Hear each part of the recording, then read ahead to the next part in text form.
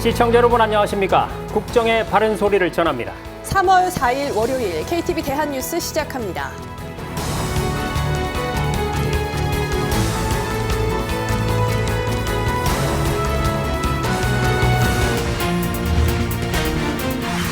정부가 의료 현장으로 돌아오지 않은 전공의 이탈자에 대한 면허 정지 처벌 절차를 착수했습니다. 현장 점검을 실시하고 법과 원칙에 따라 예외 없이 조치할 계획입니다. 정부는 국민의 생명을 보호하기 위해 법률에 따른 처분을 망설임 없이 이행할 것입니다. 전공의 공백이 장기화하는 가운데 정부가 의료개혁을 완수하겠다는 의지를 보였습니다. 윤석열 대통령은 대구를 비롯한 지방이 의사 증원의 혜택을 더 확실하게 누리도록 하겠다고 말했습니다. 대구에서 열린 16번째 민생토론회에서 윤 대통령이 대구 지역 발전 방안을 제시했습니다. 2030년에 신공항을 개항하고 로봇, 미래 모빌리티 산업 거점으로 집중 육성하겠다고 밝혔습니다. 초등학교 방과 후 교실을 확대 운영하는 늘봄학교가 새학기를 맞아 전국 2,700여 개 초등학교에서 시작됐습니다. 초등학교 1학년이라면 우선순위나 추첨에 관계없이 누구나 이용 가능합니다. 오늘 첫 소식입니다. 전공의들이 병원을 떠난 지 3주째 접어들었습니다. 공백이 길어지면서 환자 피해는 물론이고 현장에 남아있는 의료진의 피로도 한계에 다다르고 있는데요. 정부는 중증 응급진료 체계 유지를 위한 긴급 대책을 마련했습니다. 윤현석 기자입니다. 전공의들이 의료 현장을 떠난 지 3주째. 지난 29일 11시 기준 100개 수련병원 점검 결과 근무지를 이탈한 전공의는 소속 전공의의 72%에 해당하는 8,945명으로 나타났습니다. 다수의 전공의가 제자리로 돌아오지 않은 가운데 일부 병원의 경우 전공의는 물론 전임의마저 이탈하면서 의료 공백이 더욱 악화된 상황. 불편함은 오롯이 환자들의 몫으로 남았습니다. 한 30분 조금 한 35분? 열이 지금 일주일 넘게 지금 계속 열이 해가지고 해열제 그거 주사 맞고 가는데도 안 떨어지고 기다리다 왔는데 이렇게. 의료 공백을 메우고 있는 의료진의 사투도 계속되고 있습니다. 빅5 대학병원에서 근무하는 한 간호사는 남은 의료진의 피로도가 한계에 도달했다고 말합니다. 전공의들의 업무를 어느 정도는 하고 있었는데 길어지면 이제 아무래도 저희가 부담해야 되는 부담이 커지니까 그것도 굉장히 지금 걱정이 되는 부분이긴 합니다. 전공의 공백이 길어짐에 따라 정부는 중증, 응급진료 체계 유지를 위한 대책을 마련했습니다. 4일부터 수도권과 충청권, 전라권, 경상권에 긴급대응 응급의료 상황실을 운영합니다. 긴급대응 응급의료 상황실은 응급 환자가 제때 치료받을 수 있도록 적절한 의료기관에 신속하게 연계하는 컨트롤타워 역할을 하게 됩니다. 이와 함께 대체 인력 채용에 드는 비용을 지원하고 진료지원 간호사의 업무 지침도 보완합니다. 의료개혁특별위원회 준비 TF도 이번 주부터 운영합니다. 특별위원회 구성에 시간이 걸리는 만큼 준비 TF를 설치해 의료개혁에 속도를 내기 위함입니다. 정부는 TF 운영을 통해 의료개혁 논의를 본격화하는 한편 의료개혁특별위원회 조기 출범에도 총력을 다할 방침입니다. KTV 윤현석입니다. 업무 개시 명령에도 불구하고 의료 현장으로 돌아오지 않는 전공의를 대상으로 정부가 면허 정지 등 행정 처분 절차에 착수했습니다. 현장 점검을 통해서 미복귀자를 파악한 뒤에 법과 원칙에 따라 예외 없이 조치한다는 계획입니다. 계속해서 이혜진 기자입니다.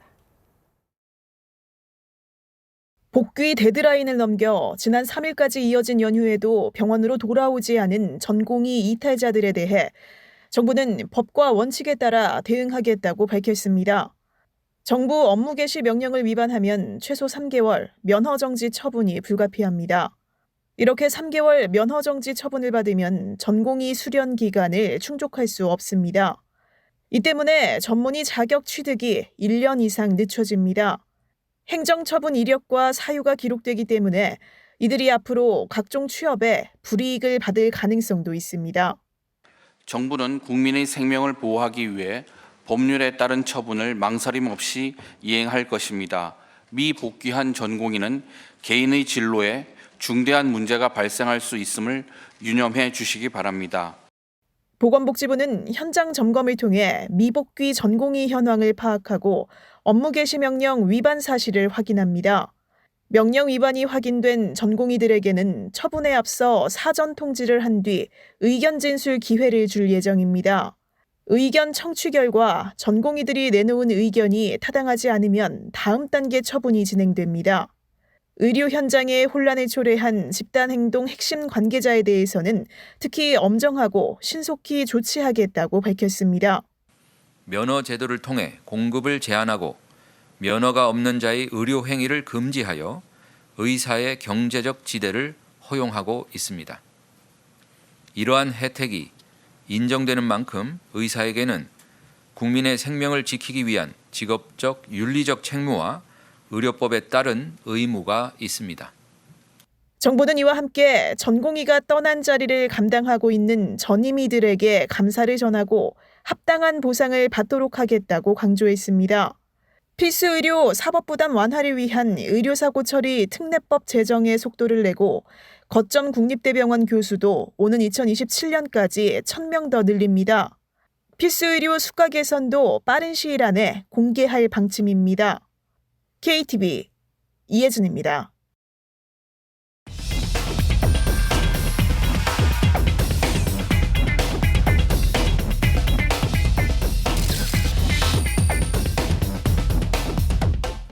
네, 그러면 전공의 공백 상황과 정부 대응에 대해서 취재 기자와 함께 조금 더 자세히 살펴보겠습니다.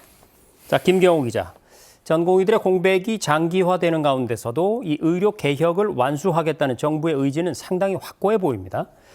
민생 토론에서도 이걸 확인할 수 있는 발언이 나왔죠. 네, 윤석열 대통령은 대구를 비롯한 지방이 의사 증원의 혜택을 더 확실하게 누리도록 하겠다고 말했습니다. 이 경북 지역에는 경북대와 영남대, 계명대, 대구 가톨릭대 등의 의과대학이 있는데요. 윤 대통령은 이들 대학이 전통적인 명문 의대라며 지역 의료 강화를 위해 의대 정원을 충분히 늘리겠다고 강조했습니다. 윤 대통령의 발언 함께 보시죠. 지역에서 중고등학교를 이수한 지역 인재 TU를 대폭 확대하여 지역 인재 중심의 의과대학이 되도록 할 것입니다.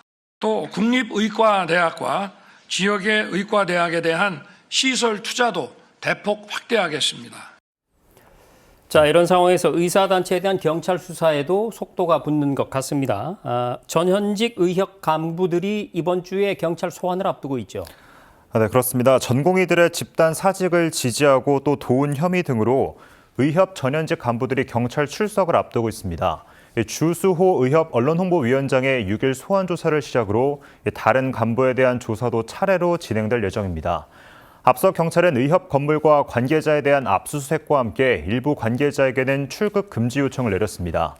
한편 개별 전공의에 대한 수사와 관련해서는 경찰은 관계 당국의 고발이 우선이라는 입장을 밝혔습니다. 자, 서울 여의도에서 대규모 집회가 열렸는데요. 여기에 제약사 직원들이 동원이 됐다. 이런 의혹이 제기가 됐습니다. 관련 수사 지금 어떻게 진행이 되고 있나요? 네, 일단 아직은 확인된 동원 사실은 없다는 게 경찰의 답변입니다. 현재 첩보 수집 단계에 있다는 설명인데요. 다만 경찰은 의사가 실제로 상대적으로 우월한 지위를 통해 제약사 직원에게 집회 참여를 강제했다면 이 강요죄를 적용할 수 있을 것으로 내다봤습니다. 경찰은 만약 불법 행위가 추가로 확인되거나 당사자나 정보의 고발이 있으면 즉시 수사하겠다는 방침입니다. 한편 의협 측은 관련 의혹은 사실이 아니라면서도 만약 이를 강요한 회원이 있다면 징계하겠다고 밝혔습니다. 자, 전공의들의 공백이 이렇게 길어지다 보니까 다시금 중요성이 강조되는 곳이 있죠. 바로 공공병원인데 실제로 공공병원을 찾는 환자들의 발걸음 계속 늘고 있다고요? 네, 앞서 각 부처와 지자체 소속 공공병원이 평일 진료 시간을 연장하거나 주말과 공휴일 진료를 확대했습니다. 이 군병원이나 보훈병원, 지방의료원, 산재병원 등이 대상인데요. 특히 군병원은 민간인에 대한 출입 절차를 간소화하고 또 전용 창구를 개설했습니다. 민간의 문을 개방한 이후 열 나흘 동안 민간인 125명이 군병원에서 치료를 받았습니다. 특히 최근에는 발목이 절단될 위기에 놓인 한 남성이 이 군병원에서 수술을 받고 증세가 호전되고 있다는 소식이 전해지기도 했습니다.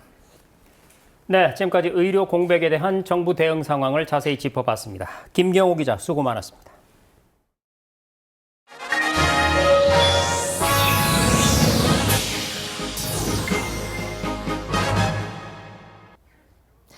16번째 민생토론회가 첨단 신산업을 주제로 대구에서 열렸습니다.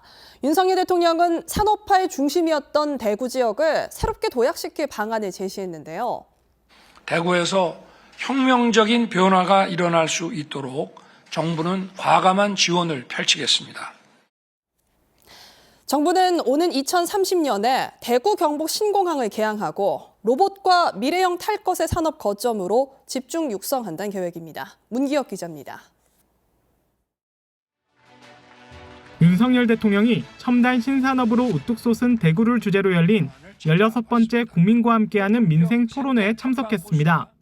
우리 산업화의 중심 대구에서 대구와 대한민국을 새롭게 도약시킬 지방시대 발전 과제를 이야기하고자 합니다. 윤 대통령은 먼저 2030년 개항을 목표로 대구 경북 통합 신공항 건설의 속도를 높이고 연계 고속교통망도 확충해 나갈 것이라고 강조했습니다. 중남부권 거점의 경제 물류공항으로 만든다는 계획입니다. 낡은 교통 인프라도 확실히 개선해야 합니다. 대구에서 혁명적인 변화가 일어날 수 있도록 정부는 과감한 지원을 펼치겠습니다. 로봇과 미래 모빌리티 산업 거점으로 육성하겠다는 계획도 내놨습니다. 정부는 2천억 원을 투자해 로봇 실증 평가를 할 수 있는 국가 로봇 테스트 필드를 달성군에 구축할 예정입니다. 윤 대통령은 아울러 수성 알파시티를 국가 디지털 혁신 지구로 조성해 제조업과 디지털 융합을 이끄는 R&D 핵심 거점으로 만들겠다고 말했습니다.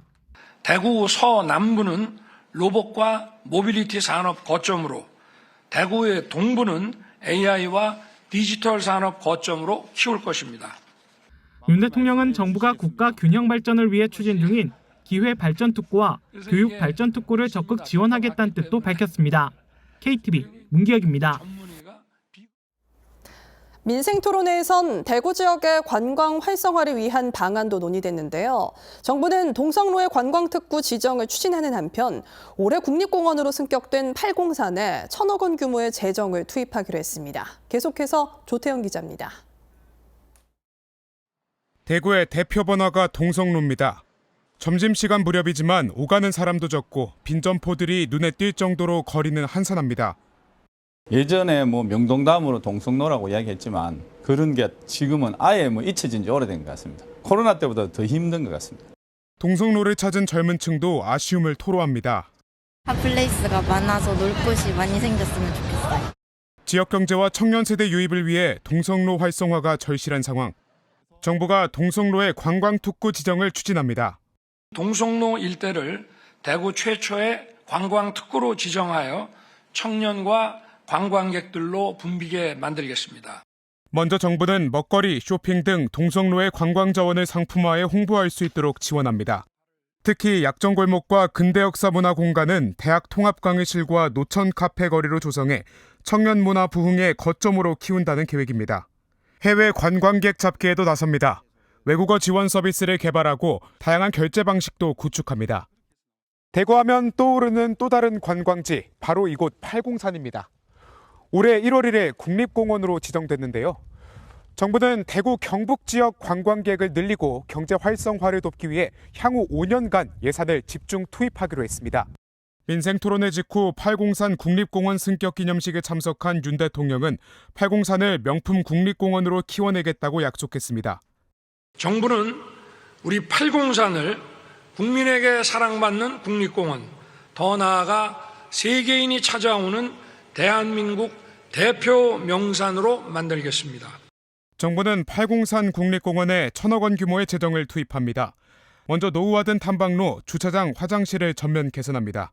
팔공산 주변에 야영장, 자연학습장을 조성하는 등 생태관광도 활성화합니다. 또 국립공원 내 마을 주민들을 대상으로 수익시설을 조성하는 명품마을 제도를 운영하고 아미타열의 3존 석굴 등 팔공산 내 국보와 문화유산들을 체계적으로 관리할 계획입니다. KTV 조태영입니다. 현행법상 불법인 내국인 도심 임박이 제도의 틀 속으로 들어옵니다. 또 PC방이나 노래방 업주가 신분증을 위조한 청소년에게 속아 억울한 영업정지를 당하게 됐을 때 행정 처분을 면할 수 있는 길이 열립니다. 보도에 김창규 기자입니다. 글로벌 공유 숙박 플랫폼의 여행 갈 지역을 검색하자 아파트와 오피스텔이 잔뜩 나옵니다. 가격이 합리적이고 도심과 가까워 인기지만 신고하지 않고 운영되는 업소입니다. 현행법상 국민을 상대로 한 도심 인박은 불법입니다. 이런 불법 숙소는 안전과 위생 기준을 충족하지 못하는 경우가 많아 문제가 됐습니다. 문화체육관광부가 내국인 도심 인박 제도화 등 내용을 담은 규제 혁신 추진 계획을 발표했습니다. 제도화 방안을 마련해서 이용자 보호 및 신규 관광 수요 창출에 기여하도록 하겠습니다. 문체부는 올해 말까지 제도화 방안을 마련할 예정입니다. 소방 안전과 위생 기준 등을 수립해 내국인 도심 인박을 등록하게 할 방침입니다. PC방이나 노래방 업주가 청소년에게 속아 억울한 일을 당했을 때 행정처분을 면할 수 있는 길도 열립니다. 경찰들이 저희한테 와서 미성년자를 왜 받았냐 이렇게 하면은 저희 같은 경우는 어쩔 수 없이 그냥 꼼짝없이 당하는 입장이거든요. 영업을 못하면 저희도 생계가 어렵기도 하고. 그동안 벌금과 영업정지 등 행정처분을 피하려면 불송치, 불기소 등 사법기관 판단이 있어야 했습니다. 앞으로 CCTV와 진술이 있으면 청소년이 신분증을 위변조했을 때 영업정지 당하는 일을 막을 수 있습니다. 폭행과 협박으로 신분증 확인이 어려운 상황이 확인되는 경우도 포함됩니다. 문체부는 게임과 음악산업법 등을 개정해 행정처분 면제 근거를 마련한다는 계획입니다. 한편 도서정가제도 완화하기로 했습니다. 웹툰과 웹소설은 도서정가제 적용 대상에서 제외되고 지역 서점에서는 정가의 15% 이상 할인 판매할 수 있게 됩니다. KTV 김찬규입니다. 초등학교 방과후 교실을 확대 운영하는 늘봄학교가 새학기를 맞아 운영에 들어갔습니다. 초등학교 1학년이라면 우선순위나 추첨 없이 누구나 정규 수업 이후에 이용이 가능한데요. 자세한 내용을 박지선 기자가 안내해드립니다. 오전 7시부터 오후 8시까지 정규 수업 전후로 돌봄 프로그램을 운영하는 늘봄학교. 새학기부터 전국 2,741개 초등학교에서 본격 운영됩니다. 정규 수업이 오후 1시쯤 비교적 일찍 끝나는 저학년생은 그동안 오후 시간에 여러 학원을 오가야 했지만 앞으로는 학교에서 제공하는 양질의 돌봄 프로그램을 즐길 수 있습니다. 원하는 초등학교 1학년은 누구나 누릴 수 있고 2시간의 좋은 교육 프로그램을 무료로 제공하고 2,741개 늘봄학교가 아이들에게 양질의 돌봄과 프로그램을 제공할 수 있도록 만반의 준비를. 특히 초등학교 1학년은 누구나 늘봄학교를 이용할 수 있습니다. 기존 돌봄교실에서 맞벌이 가정 등의 우선순위를 부여하거나 추첨을 통한 것과 달리 늘봄학교는 원하면 모두 이용이 가능한 겁니다.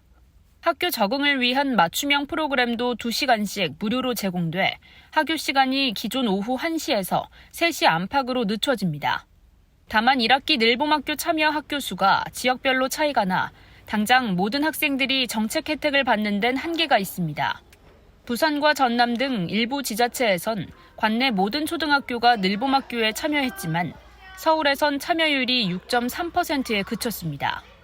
정부는 늘봄학교 시행에 따른 우려를 해소해 일선 학교의 참여율을 끌어올린다는 방침입니다. 교사들의 행정 업무 부담이 가중되는 것을 막기 위해 기간제 교원 2,250명을 투입하고 2학기부터는 행정 업무를 전담할 실무 직원 6,000명도 배치합니다. 늘봄을 위한 공간이 교내 부족한 경우 지자체와 지역대학 등 지역 자원 활용을 지원합니다. KTV 박지선입니다. 한미 두 나라군이 자유의 방패 연합연습에 돌입했습니다. 특히 올해 처음으로 진행되는 쌍매 훈련에는 우리 군의 F-15K와 미군의 F-16 등 한미 전투기 20여 대가 참가합니다. 김민아 기자가 보도합니다. 대규모 한미연합연습 자유의 방패가 오는 14일까지 11일간 실시됩니다. 연합 야외기동 훈련은 총 48회로 지난해와 비교하면 2배 이상 늘어납니다. 최근 전쟁 교훈 등 변화하는 위협과 안보 상황을 반영한 연습 시나리오를 기반으로 지, 해, 공, 사이버, 우주 자산 등을 활용한 다영역 작전과 북핵 위협 무력화 등에 중점을 두고 실전적으로 실시하며 연합연습 첫날 한미 공군 대대급 연합 공중훈련 쌍매 훈련이 시작됐습니다. 이번 훈련에는 우리 공군 F-15K와 미 공군 F-16 등 20여 대의 한미 전투기가 참가합니다. 오는 8일까지 열리는 이번 훈련은 올해 8차례 계획돼 있으며 활주로 피해 복구 훈련 등 실전적인 야외 기동 훈련과 함께 실시됩니다. 제11 전투비행단 F-15K 조종사인 박영도 소령은 적 도발 시 즉각 대응할 수 있도록 원팀으로 훈련을 실시하고 있다고 밝혔습니다. 한미 해군도 연습 기간 야외 기동 훈련 등으로 한미 해군 상호 운용과 연합방위 태세를 강화할 계획입니다. 연습 기간 전략 폭격기나 원자력 추진 잠수함 같은 전략 자산이 한반도에 전개될 가능성도 있습니다. 지난해 자유의 방패 훈련 시기 미 전략 폭격기 B-1B가 우리나라 상공에 전개해 우리 공군과 연합 훈련을 한 바 있습니다. 그동안 한미 연합 훈련을 전쟁 연습이라고 강하게 반발해온 북한이 미사일이나 군사 정찰 위성 발사 등 다양한 형태로 도발을 벌일 가능성도 있습니다. 한미 군 당국은 북한의 도발에 대비해 대북 경계 태세를 강화할 방침입니다. KTV 김민아입니다. 국가정보원 조사 결과 북한이 우리 반도체 장비 기업들을 해킹해서 도면 등을 빼간 사실이 드러났습니다. 북한이 반도체 자체 생산을 위해서 벌인 일이라는 분석이 나오는데요. 국정원은 기업들에게 각별한 주의를 당부하는 한편 재발 방지책 마련에 나섰습니다. 최영은 기자입니다. 국내 반도체 장비업체인 A사와 B사의 서버가 북한 조직으로부터 해킹당했다고 국가정보원이 밝혔습니다. 이들 업체는 각각 지난해 12월과 지난달 제품 설계 도면과 설비 현장 사진 등을 탈취당한 것으로 나타났습니다. 국정원은 북한이 반도체 자체 생산을 준비하기 위해 이 같은 일을 벌였을 가능성이 있다고 분석했습니다. 대북 제재로 인해 반도체 조달이 어려워진 상황에서 위성, 미사일 등 무기 개발에 따른 반도체 수요가 늘어났기 때문이라는 설명입니다. 북한 해킹 조직은 피해 업체 서버가 인터넷에 연결된 점을 노렸습니다. 특히 악성 코드 사용은 최소화하고 보안 도구로 탐지가 어려운 서버 내 정상 프로그램을 활용하는 공격 수법을 사용한 것으로 드러났습니다. 국정원은 해킹 피해 업체에 관련 사실을 곧바로 통보하고 재발 방지를 위해 인터넷 노출 서버의 보안 업데이트는 물론 관리자 인증 강화 등 계정 관리를 철저히 할 것을 당부했습니다. 앞서 지난해 11월 윤석열 대통령의 영국 프랑스 순방전에도 대통령실 행정관의 이메일이 해킹되는 등 북한 조직의 사이버 공격이 계속되는 가운데 정부는 지속적인 모니터링을 실시하고 해외 주요국과의 협력도 확대한다는 방침입니다. KTV 최영은입니다.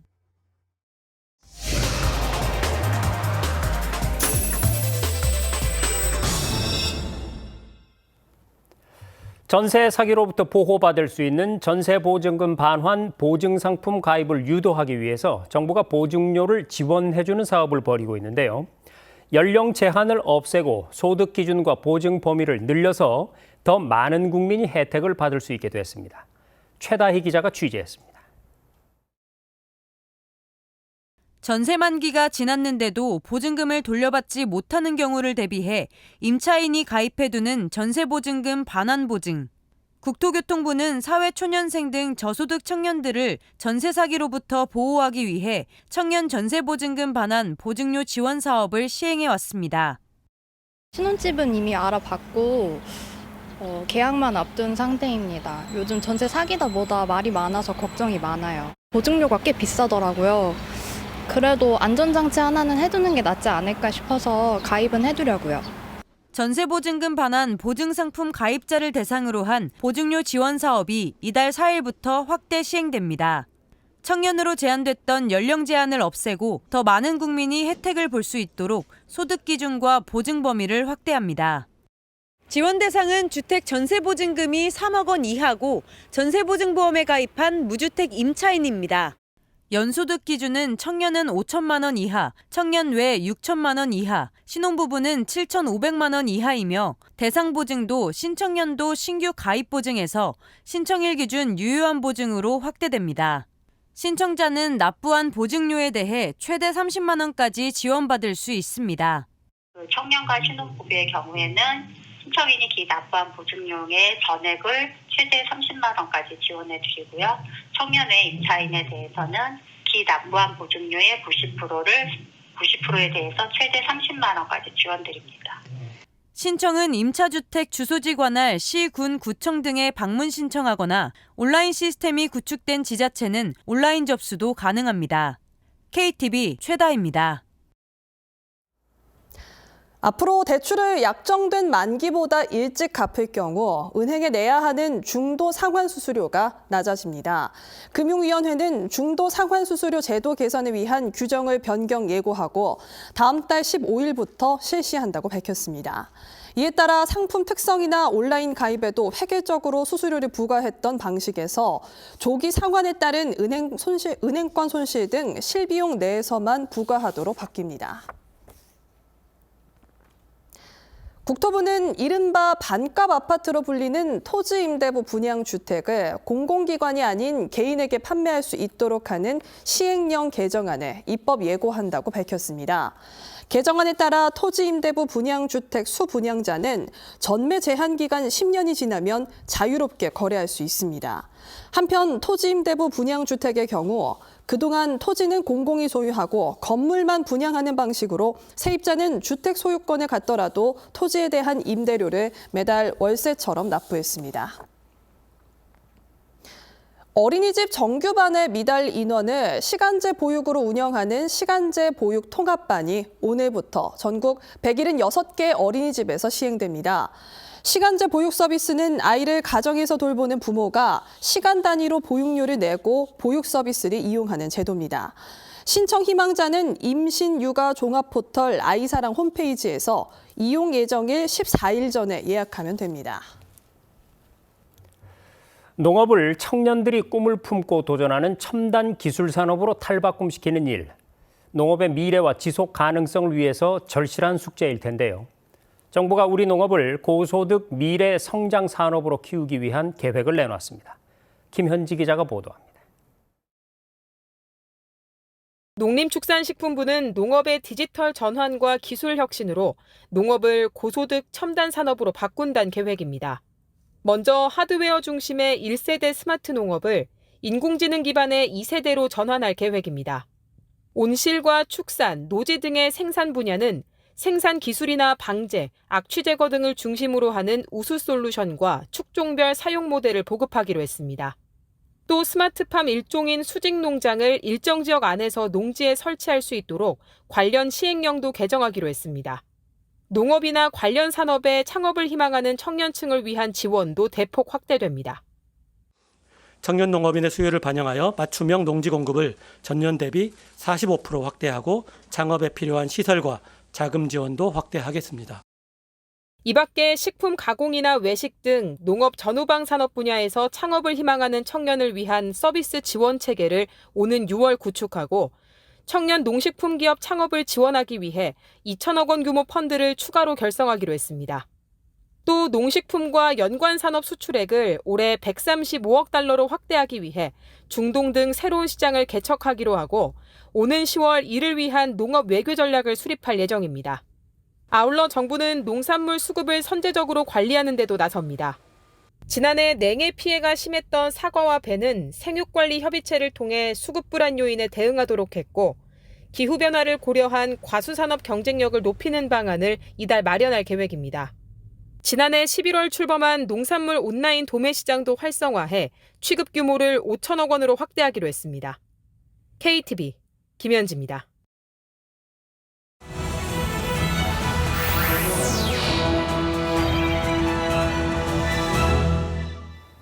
국정을 더 촘촘히 살펴봅니다. 보도자료 브리핑입니다. 한국인의 간편한 한 끼 식사는 물론 K문화 대표 상품으로 세계인의 사랑을 받고 있는 라면. 작년 라면 수출액은 전년 대비 24.4% 증가한 9억 5,200만 달러로 역대급 실적을 기록했는데요. 작년 한 해 동안만 20억 개 라면이 중국, 미국, 네덜란드 등 132개국에 진출했는데 면발 길이로 계산하면 지구를 무려 2,500여 바퀴나 돌 수 있는 양입니다. 올 1월 수출도 증가세를 이어가면서 역대 최대치인 8,600만 달러를 찍었습니다. 2015년부터 시작된 수출 증가, 올해는 10억 달러 수출도 달성해낼 수 있을지 기대됩니다. 기획재정부가 2023년 전 국민 경제 이해력을 조사한 결과 평균 점수는 58.7점으로 2021년 조사 대비 약 2.4점 상승했지만 여전히 60점에 미치지 못했습니다.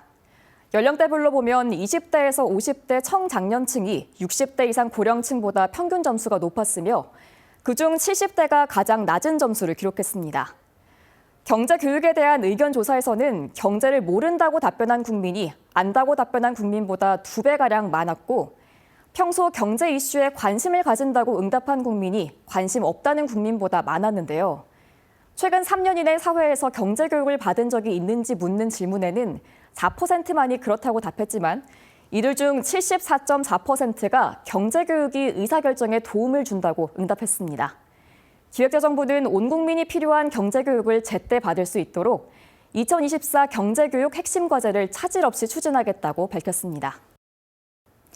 홍합, 멍게, 봄철엔 잘못 먹으면 설사나 호흡곤란 등 심각한 문제가 일어날 수 있어 섭취에 주의가 필요한 수산물입니다. 봄철에 홍합, 멍게 등에서 생성되는 독성 물질인 페료독소는 냉동하거나 가열해도 제거되지 않기 때문에 바닷가에서 임의로 채취해 먹어선 안 되는데요. 봄철 페료독소 안전관리를 위해 식품의약품안전처가 매년 유통 단계 페료독소 수거 검사를 실시하고 있습니다. 올해는 이번 달부터 6월까지 도매시장이나 대형마트에서 판매하는 국내산 페류와 피낭류 등 총 490건을 수거해 검사할 계획입니다. 식약처는 부적합한 수산물을 신속하게 판매 금지 처리하고 관련 정보는 식품안전나라 누리집에 공개할 예정이라며 앞으로도 안전한 수산물 유통 환경을 조성하기 위해 최선을 다하겠다고 전했습니다. 놀이나 학습용으로 사용되는 합성수시제 어린애 점토의 일부 제품에서 사용 금지 물질이 검출됐습니다. 한국소비자원이 17개 제품을 검사한 결과 해외에서 제조된 6개 제품에서 호흡기나 피부 등의 자극을 일으킬 수 있는 방부제 성분이 검출됐습니다. 13개 제품에서는 반복 노출 시 생식, 발달에 문제를 일으킬 수 있는 붕소의 용출량 기준 초과가 적발됐는데요. 또한 표시 사항에 유효기간이 만료된 KC 인증을 표시하는 등 표시 기준에 부적합한 제품 무독선 등 소비자가 오인할 수 있는 문구를 표시한 제품도 있었습니다. 소비자원은 문제가 된 제품에 대해 판매 중지 등의 개선 조치를 권고했고 관계부처에 관련 내용을 통보할 계획입니다. 앞으로 해외 어린이 제품을 구매 대행으로 살 땐 안전을 위해 KC 등 국내 안전인증을 받았는지 꼭 확인해 보는 것이 좋겠습니다. 지금까지 보도자료 브리핑이었습니다.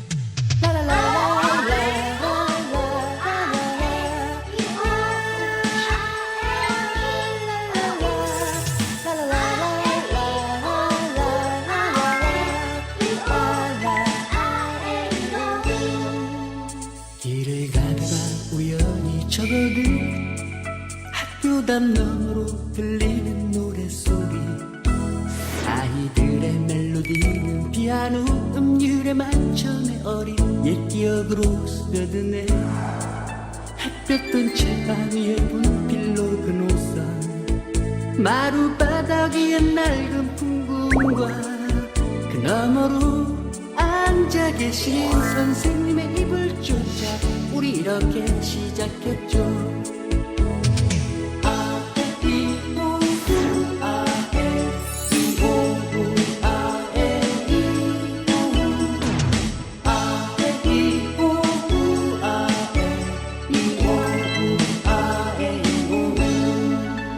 음악 선생님의 예쁜 손 따라 낡은 풍금 소리 높아만 가면 올라가지도 못했던 우리 목소리에 힘을 주어 반복했던 발성 연습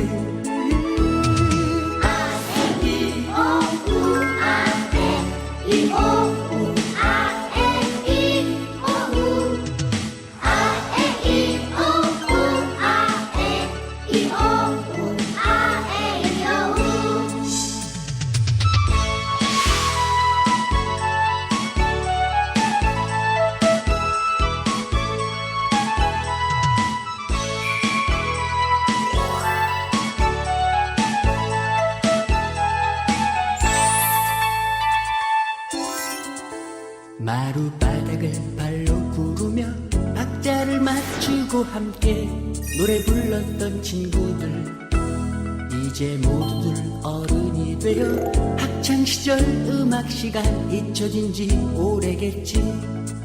하늘이 맑고 깨끗한 날이 오면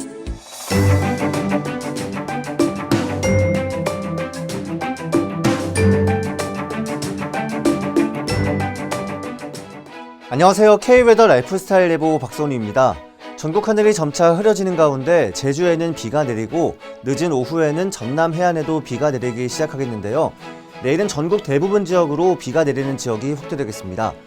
전라권과 제주, 경남 해안에는 내일 하루 종일 비가 오겠고 남해안과 지리산 북은 제주 산간에는 특히 많은 비가 오겠습니다. 충청 남부와 경상 내륙은 아침부터 저녁까지 비가 내리겠고 그 밖에 서울과 경기 남부, 강원 영서 남부, 충청 북부에는 낮 한때 비가 오겠습니다. 한편 강원 영동과 경북 북부 동해안에는 아침이나 낮부터 비나 눈이 내리겠는데요. 기온이 낮은 산간에는 눈이 내려서야겠습니다. 흐린 하늘로 인해 밤사이 기온이 크게 떨어지지 않아 내일 아침은 포근하겠습니다. 서울 4도, 광주 6도, 부산은 8도로 아침을 시작하겠습니다. 내일 비가 내리면서 공기질도 좋아져 내일 오후부터는 WHO 기준 미세먼지 농도도 보통 단계로 양호해지겠습니다. 내일 낮 기온은 중부지방의 경우 오늘보다 1, 2도가량 낮겠고 남부지방은 4도가량 낮겠습니다. 다음은 자세한 지역별 내일 날씨입니다. 중부지방 충청권은 아침부터 수도권 북부와 강원 영서 북부를 제외한 곳에는 낮 동안 비가 내리겠습니다. 아침 기온은 4도 내외, 춘천은 영하 1도 보이겠고 낮 기온은 9도 내외를 보이겠습니다. 동해안 지방은 낮부터 비나 눈이 내리겠습니다. 속초 1도, 울진 4도로 아침을 시작해 낮에는 강릉 6도, 울진은 9도까지 오르겠습니다. 남부지방은 종일 비가 내리겠습니다. 광주 6도, 부산 8도, 제주 10도로 아침을 맞이하겠고 낮 최고 기온은 10도 내외, 제주는 13도를 보이겠습니다. 전해상 비가 내리겠고 물결도 최대 4m로 거세게 일겠습니다. 수요일에는 강원 영동, 경상 해안, 제주도에, 목요일에는 동쪽 지방을 중심으로 비나 눈이 오겠습니다. 날씨였습니다. 아이들이 개학하는 날 부모들은 방학이 시작된다는 말이 있죠. 하지만 학교에 머무는 시간이 짧은 초등학교 저학년 부모님들께는 그닥 해당이 안 되는 말인 게 사실인데요. 새학기의 시작과 함께 초등학교 1학년의 대상으로 늘봄학교가 본격 운영에 들어갔습니다.